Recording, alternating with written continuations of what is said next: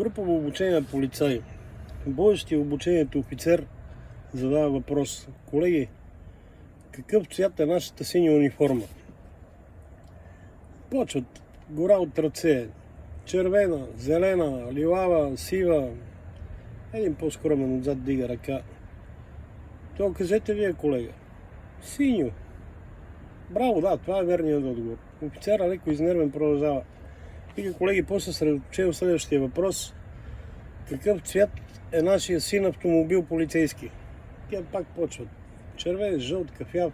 Не става. Отзад нашето момче дига пак ръка. Кажете вие, колега. Синьо. Право, да, това е верният отговор. И сега последен въпрос, колеги. Малко по-сложен, моля ви за концентрация. Колко цилиндъра има нашия 4-цилиндров автомобил служебен? Те почват 3, 8, 12. Може би пак колегата отзад ще каже. Кажете, колега.